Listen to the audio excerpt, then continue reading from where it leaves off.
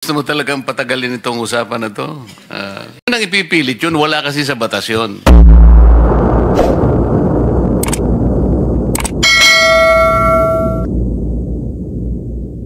Public Act 6981, PG Padulyon, Section 5, it states na to comply with legal obligations plus to cooperate with respect to all reasonable requests. Ang tanong ko po ngayon, ano ba ang mga unreasonable sa pagbabalik na ninakaw na yaman? Can you give me some? Let me just be clarified, Mr. Chair. Ano po ang magiging, ano ang reasonable kung magbabalik po? Kasi ang sabi, legal obligations, reasonable requests. So it's a reasonable request. Pero it doesn't mean to say na you are, it's their obligation. Is that Yes, sir. correct? Yes, sir. Kasi po, kasama po yan dun sa pagpapakita po ng pagsisisi ng kung sino man pong aplikante na sinasabi niya, kung ako po ay may nakuhang yaman sa pamamaraan na hindi po legal, at ako po ay humihingi ng kapatawaran, at ako po ay willing na tumistigo, at isosoli ko po. Natural po, ipapalagay po natin yan sa loob ng Memorandum of Agreement, at yan po ay mapupunta sa gobyerno. Kaya po, ang tanong ko po ngayon sa PG Padulyon, is that reasonable ba o unreasonable ang pagbabalik ng pera na kinuha sa taong bayan? Which is which? It is definitely not unreasonable. I would say it is only reasonable and within reason to return the same. Thank you, Mr. Chair. Hypothetical, halimbawa, nag-apply yung couple, Diskaya couple. Sinabi nila, halimbawa, papasok sila sa MOA. Okay, ito po yung aking mga account numbers, ito yung bangko. Willing po akong i-waive kung magkano man ang laman nitong account number na ito. Tama po ba yung hypothetical situation na ganon? That would be one correct means, Mr. Chair. Or halimbawa, ito po yung estimate ko na kinita ko sa aming pagkokontrata na merong ghost project. Nag-estimate siya. Nagbigay siya sila ng estimated amount na sa tingin niyo acceptable kasi yun ang base rin sa reasonable na computation. Kasama rin yung sa MOA.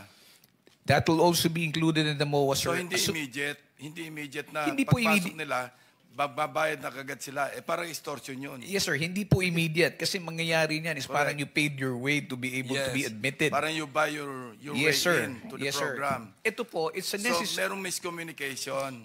Yes, sir. Wala nga sa batas ang restitution, pero it could come later. Yes, sir. Parang as a pledge, as a commitment. Yes, sir. That is correct, Mr. Chair. Thank you. Mr. Chair, ikaw na nga hindi man hidden wealth pinag-uusapan Mrs. dito. Diskaya wants to say something. Can we allow her? Pwede natin magsalita ka muna. Yes po. I-confirm ko lang po kasi with what attorney Fadulyon said na meron kaming we were given temporary security. Definitely we weren't kasi I had to get our own security for me and my kids after the session here where we mentioned the 17 congressmen. So hindi po kami nabigyan ng DOJ ng any security whatsoever. And then yung sinasabi na hindi kami nakikipag-cooperate. Actually, the affidavits that they were requesting were prepared and we were ready to give it to DOJ. Pero kasi we were required to restitute first. So hindi namin You were required to restitute how much?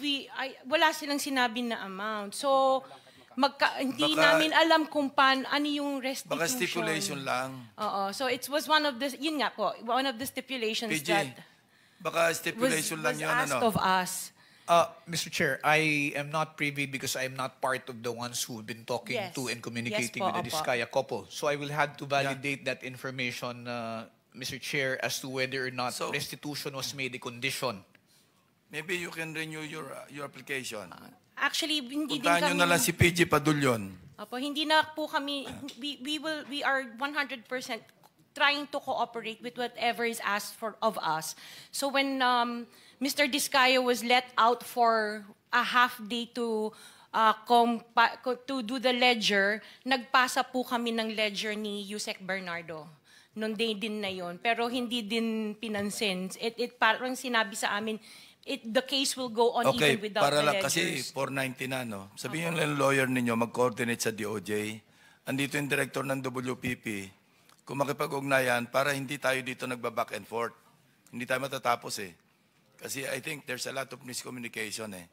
No, iba yung interpretation, iba yung interpretation. Yes, so, Mr. Senator Chair. Rizal, Mr. you're Chair. about to... Yes, salamat Mr. Chair. Since sinabi ni Ms. Diskaya na gusto nilang mag-cooperate 100% sa mga investigasyong ito, just to make of record explicitly, bukod po sa sinubmit na nilang mga proyekto ng Alpha and Omega 2016 to 2022, iniintay pa po ng komite yung mga proyekto 2016 to 22 ng St. Gerard, St. Timothy, Amethyst Horizon, St. Matthew, Great Pacific Builders, at Elite General Contractors. Plus po, yung mga joint venture agreement projects ng mga Diskaya taong 2016 hanggang 2022 din, Mr. Chairman. Salamat po.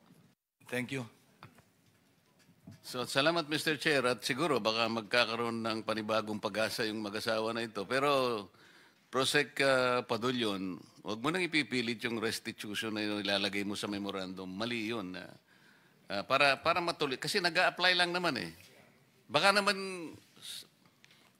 ang totoo niyan kahit, Mr. Chair, kung... Actually, hindi outright yung restitution. Parang pledge yan eh. Parang willing kami mag-restitute. Parang ganun lang. Hindi outright kasi pagka-outright, parang extortion yun. Hindi, maski na yung pledge eh. Wag na muna nating ilalagay kasi parang nababahiran ng ano eh. Unang-una, hindi nga natin alam, magkano ba yung re-rest? Sino bang magkukwenta? Sino magtatago nito while nandyan yan? Paano kung halimbawa, hindi naman na kumpleto, hindi sila nag-qualify? O kung nag-qualify man lang sila as state witness, later on, nagkaroon nga sila ng konting sablay, pwede rin naman silang i-discharge as state witness. What happens to the restitution? Kaya para wala kayong sagutin, wag nyo nang ipipilit yun, wala kasi sa batas yun. Okay. I would suggest Thank that you, the lawyer Mr. of the Diskaya couple will just coordinate with the DOJ. Okay. Settled? Para mag-renew application. Yeah, thank you very much. So, meron pa? Thank you, Mr. Chair. Thank you very much. PG, you want to say something pa?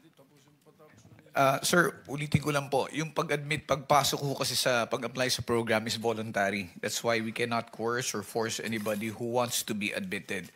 However, yung sa sinasabi lang po ni Senator Marcoleta, una-una po liliwanagin ko, hindi po ako nag-i-impose ng conditions na ilalagay sa Memorandum of Agreement. It is an agreement between the Secretary of Justice representing the WPSB and the applicant. Now, as to whether or not restitution will be included there will depend on the evaluation of whatever statements will be submitted to us. So, gusto mo talagang patagalin itong usapan na to? Pinaliwanag ko lang ho, sir. Pinaliwanag ko lang ho. Okay.